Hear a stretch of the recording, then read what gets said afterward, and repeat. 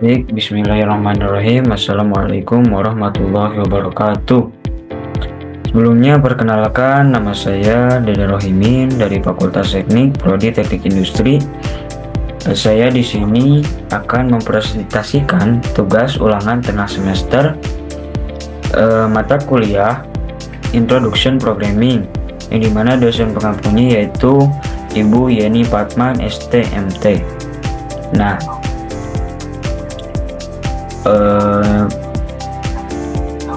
pada tugas kali ini yaitu disuruh atau ditugaskan untuk mengerjakan suatu soal, yang dimana soal tersebut itu tentang pembuatan program dengan ketentuan tertentu. Nah, di sini dapat kita lihat ya petunjuknya, bahwasanya mahasiswa harus membuat program menggunakan bahasa program C++, dan setiap menampilkan hasil ada tampilan header nama, NIM, dan kelas mahasiswa. Nah, kemudian dibuat video lah dan dijelaskan tentang codingannya dan hasil eksekusinya. Kemudian video diupload di YouTube pada masing-masing, dan link YouTube atau data tersebut diupload ke Litera minimal durasi video 5 menit dan pengumpulan link Litera tanggal 23 November 2024. Nah, langsung saja kita ke soal yang nomor 1, yaitu mahasiswa disuruh atau ditugaskan untuk membuat program untuk menampilkan tulisan nama mahasiswa, NIM mahasiswa, kemudian ucapan selamat datang, kemudian ucapan mahasiswa baru Fakultas Teknik, kemudian tulisan Universitas Islam Nusantara. Tanpa berlama-lama langsung saja kita ke programnya. Oke, kita buka terlebih dahulu.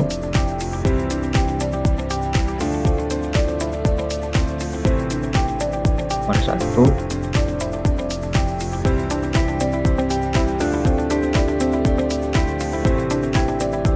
Nah, di sini sudah tampil programnya. Dapat kita lihat bahwa di baris pertama ada include IO stream, kemudian using namespace std, kemudian ada seterusnya lagi. Nah, terlebih dahulu saya akan menjelaskan tentang include. Bahwasanya include adalah merupakan bagian struktur dari bahasa C++, yang dimana tujuannya yaitu untuk mengimpor fungsi-fungsi yang sudah didefinisikan pada header file. Dan header file di sini adalah yaitu file dengan ekstensi yang berisi dengan definisi variabel, konstanta, seperti yang ada pada contoh kali ini, yaitu berisi tentang nama, NIM, prodi. Nah, kemudian di sini ada saya menggunakan tipe data void. Void di sini adalah yaitu sebagai jenis pengembalian fungsi, dan void berarti fungsi tersebut tidak mengembalikan nilai, dan void itu tidak mengembalikan nilai. Maksudnya void di sini berfungsi sebagai pengembalian fungsi atau memanggil lah. Kemudian di sini header atau judul ya, header itu. Kemudian di sini ada cout dengan tanda kurang dari. Nah, cout di sini adalah itu fungsi standar pada C++ untuk menampilkan output ke layar. Nah, jadi yang di dalam tanda kutip ini nanti akan tampil ke layar. Nah, ini adalah berupa header. Nah, kemudian di sini tanda kurang dari ini itu menandakan sebagai output atau program yang akan ditampilkan ke layar. Nah, kemudian di sini ada NDL titik koma. Nah, NDL titik koma di sini yaitu fungsi manipulator. Jadi NDL ini digunakan untuk membuat baris baru. Nah, di sini NDL titik koma berarti baris baru. Kemudian di sini ada void ucapan. Saya beri nama atau beri judul ucapan. Nah, di sini karena tadi tugasnya atau sesuai dengan kriteria soalnya yaitu untuk menampilkan nama, NIM, kemudian ucapan selamat datang, kemudian tulisan mahasiswa baru, dan Universitas Islam Nusantara. Nah, ini COT nanti ditampilkan di layar ini. Kemudian INT main ini adalah titik masuk program atau titik masuk program dalam pemrograman C++ yang di dalamnya berupa eksekusi program dimulai dan mengembalikan nilai integral. Nah, jadi INT main ini berfungsi untuk mengeksekusi. Nah, jadi program 1, 2 ini nanti dieksekusinya itu oleh INT main ini. Nah, itu. Kemudian return 0 ini berfungsi atau digunakan dalam program C++ untuk mengakhiri sebuah program. Nah, kita coba untuk compile program yang soal nomor 1 ini. Kita coba compile. Nah, di sini tampil header tadi atau poin 1 tadi, program 1 tadi, dan ini program 2 yang poin yang kedua. Saya menggunakan poin di sini yaitu untuk mempermudah, untuk memfleksibelkan. Jadi kalau menurut saya menggunakan poin itu lebih fleksibel lah. Nah, di sini sesuai dari petunjuk bahwa header harus tampil di layar. Nah, ini header sudah ditampilkan ke layar. Bahwa header dari soal tadi itu berupa nama, NIM, prodi. Nah, dan ini untuk soalnya yaitu mahasiswa harus menampilkan nama, NIM, kemudian ucapan, tulisan, dan tulisan lagi. Nah, itu untuk nomor 1. Kemudian kita lanjut ke nomor 2. Kita baca dulu ya soalnya. Nah, untuk nomor 2 itu mahasiswa atau kita disuruh untuk membuat program untuk menghitung volume tabung dengan kriteria sebagai berikut. Nah, di sini ada kriterianya. Yang pertama itu harus menggunakan rumus volume Pi kali R kali R kali T, atau bisa disingkat Pi kali R kuadrat kali T. Kemudian yang kedua, kriteria kedua yaitu besaran nilai R dan T di input dari layar keyboard. Kemudian yang ketiga, hasil perhitungan volume ditampilkan ke layar. Untuk lebih jelasnya lagi, mari kita lihat programnya.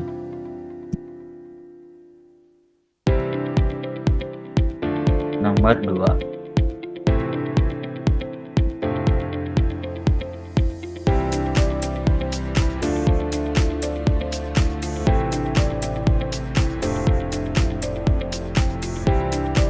Nah, untuk nomor 2, di sini seperti biasa ya, saya menggunakan include IOStream. Bahwa include IOStream ini yaitu untuk standarisasi atau library input output stream. Nah, kemudian using namespace ini memiliki fungsi juga untuk meminimalisir terjadinya error pada suatu program. Nah, pada program pertama atau ini saya memakai void lagi, dan ini juga memakai void lagi. Ini header itu untuk ditampilkan nantinya. Nah, langsung saja ke topik soalnya, yaitu menghitung volume tabung. Nah, saya di sini di sini ada INT. INT ini adalah suatu tipe data, itu untuk memasukkan suatu rumus lah, suatu nilai, suatu variabel. Nah, di sini variabelnya ada R, tinggi, ada volume. Kemudian ini COUT, atau nanti tampilan layarnya akan masukkan jari-jari. Nah, bahwasanya si komputer akan meminta user untuk memasukkan nilai jari-jarinya. Nah, ini cin data yang dimasukkan yaitu R. Kemudian COUT kedua ini untuk masukkan tinggi, dan sama seperti COUT yang ini ya. Nanti komputer meminta kepada user untuk memasukkan nilai tinggi sesuai dengan kriteria soalnya. Kemudian COUT yang ketiga itu untuk jawabannya. Nah, volume nanti ini tampilnya itu volumenya adalah sesuai dengan kriteria yang tadi si user masukkan di cawat pertama dan cawat kedua.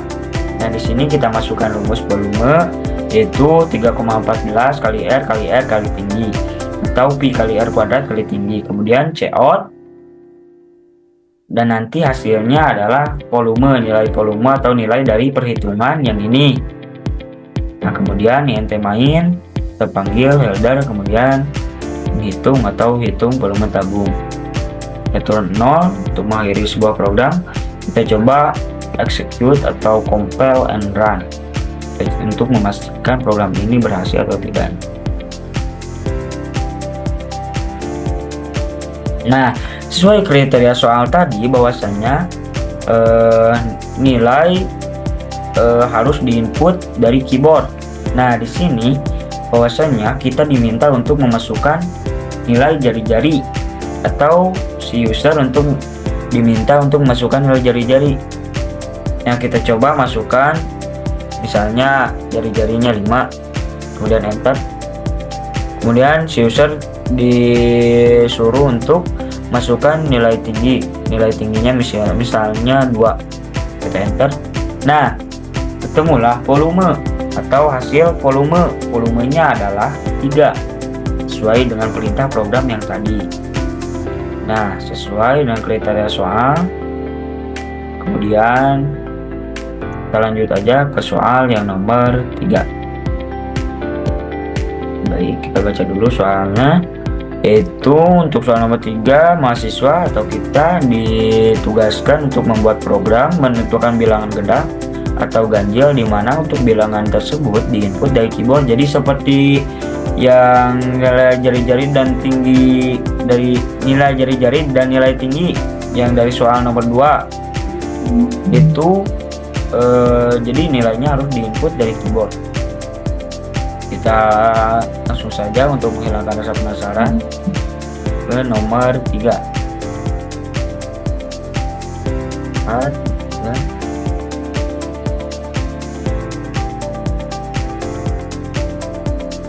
Nah, sini seperti biasa bahwasanya sesuai petunjuk perintah soal atau petunjuk arahan bahwasanya harus menampilkan header, dan di sini ada header berupa nama, NIM prodi saya ya seperti biasa. Kemudian poin kedua, mulailah kita memasukkan atau integer bilangan.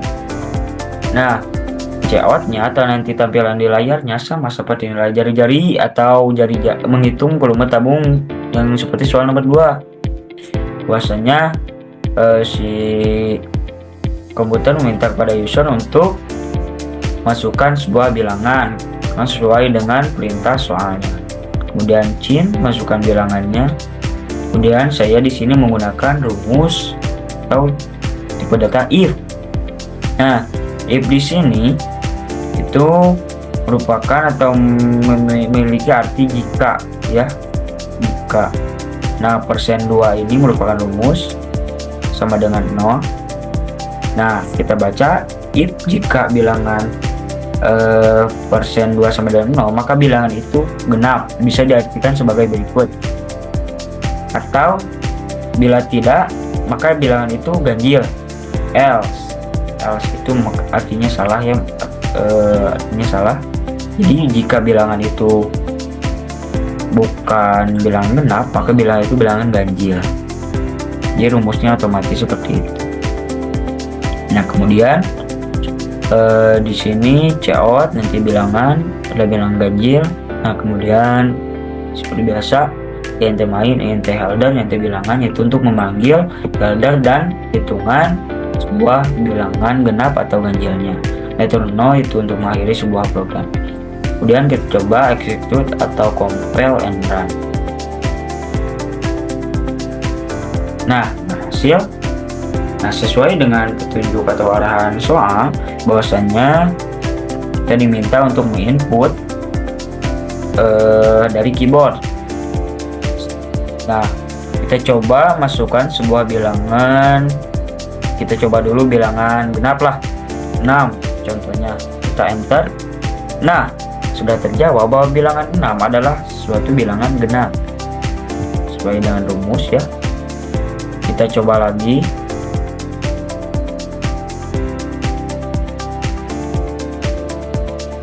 Kita coba memasukkan nilai ganjil ya. Misalnya 13. Nah, 13 adalah bilangan ganjil. Berarti data atau program ini sudah benar. Kemudian kita lanjut ke soal nomor 4. Nah, di soal nomor 4 ini bahwasanya mahasiswa atau kita disuruh atau diperintahkan, ditugaskan untuk membuat program menentukan pilihan menu minuman yang dipilih di sebuah restoran dengan keterangan sebagai berikut. Di sini ada pilihannya. Pilihan 1 adalah jus, pilihan 2 kopi, pilihan 3 air mineral. Tampilkan pilihan tersebut ke layar. Nah, jadi si jus, kopi, dan air mineral ini harus tampil di layar atau harus compile and run tampil di layar. Contoh hasil eksekusi. Input pilihan menu 2, tampil pilihan Anda kopi. Jadi nanti si user memasukkan pilihannya, contohnya yang ada dalam data ini, contohnya nomor 1, contohnya di sini nomor 2. Nah, tampillah pilihan Anda kopi. Untuk lebih jelasnya lagi, mari kita lihat programnya. Nomor 4.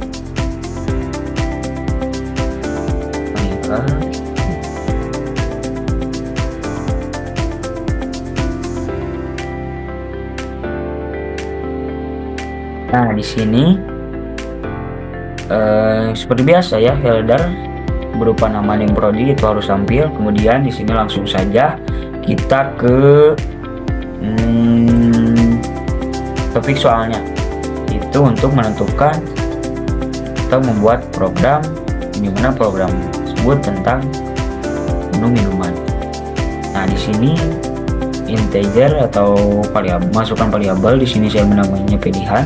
Nanti di int main atau dieksekusi. Nah, kemudian cout di sini ada berupa daftar atau menu minuman ya. Kemudian di sini juga cout. Nah, di sini yang ada bacaan, masukkan pilihan Anda 1 sampai 3.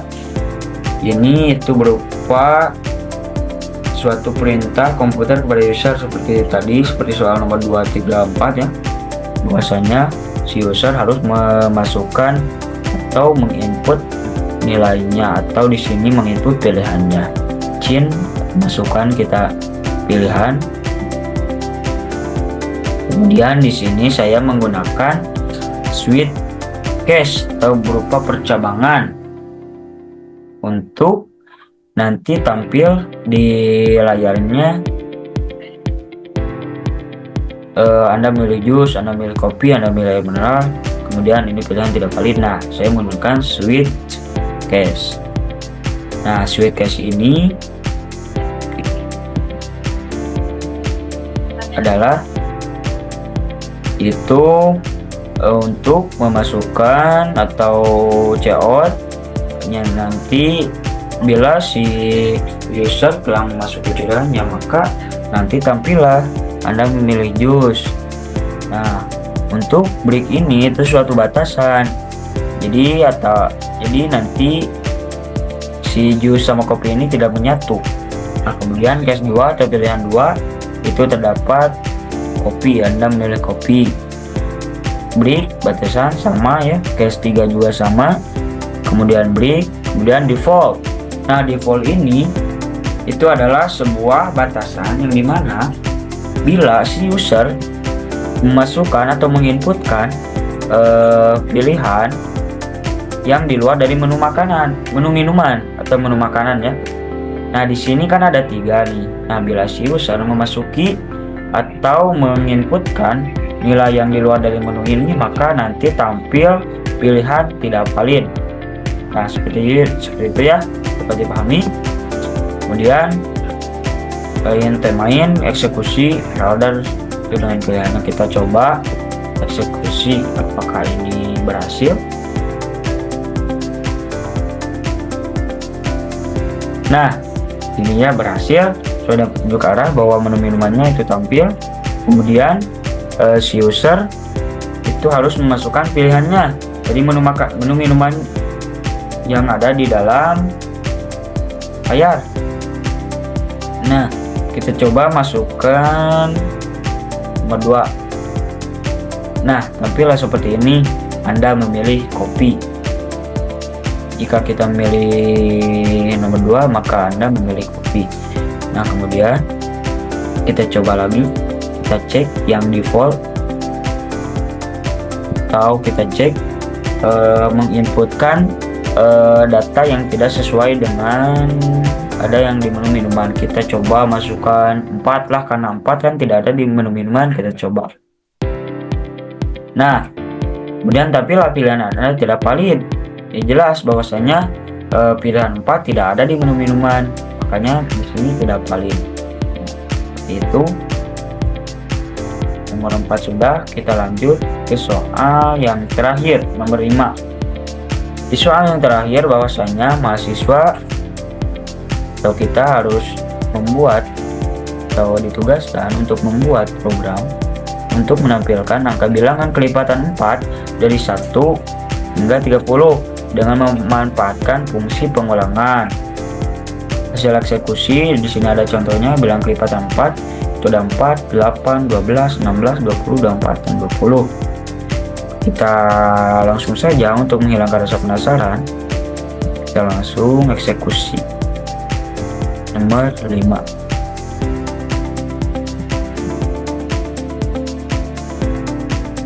Nah, di sini seperti biasa ya. Di program pertama saya menampilkan header. Nah, ini. Kemudian kita masuk saja untuk mempersingkat waktu ke topik soalnya, yaitu untuk menghitung bilangan 4 dari 1 hingga 30. Nah, di sini saya memakai di sini saya nanti menampilkan bilangan kelipatan 4 dari 1 hingga 30 adalah, jadi nanti tampil bilangan kelipatan dari 4 bilangan kelipatan 4 dari 1 hingga 30 teh apa aja nih. Nah, kemudian di sini saya menggunakan metode atau metode pengulangan for. Itu rumusnya INTI sama dengan 4, I 30, I plus sama dengan 4. Artinya nanti nilai I atau kelipatan 4-nya. Nah, di sini persen I plus sama dengan 4-nya, yaitu pengulangan dimana dimulai dari angka 4 dan 4 pada setiap iterasi dari bilangan 1 hingga 30. Nah, jawab N untuk mengakhiri program atau berpindah baris. Nah, kemudian di sini ada yang main header bilangan. Ini itu untuk mengeksekusi header dengan bilangan kelipatan 4 dari 1 hingga 30 ini. Kemudian return 0 nih, itu untuk mengakhiri sebuah program. Nah, coba eksekusi, compile and run. Dan di sini berhasil ya. Bahwasanya dapat kita ketahui bilangan kelipatan 4 dari 1 hingga 30 adalah 4, 8, 12, 16, 20, 24, 28, dan sesuai dengan kriteria soal yang tadi. Kita lihat ya kriteria soalnya. Nah, bahwa bilangan kelipatan 4 adalah 4, 8, 12, 16, 20, 24, dan 28. Nah, udah sesuai dengan soalnya. Nah, mungkin itu saja yang dapat saya sampaikan. Kurang lebihnya mohon maaf bila ada kesalahan. Wassalamualaikum warahmatullahi wabarakatuh.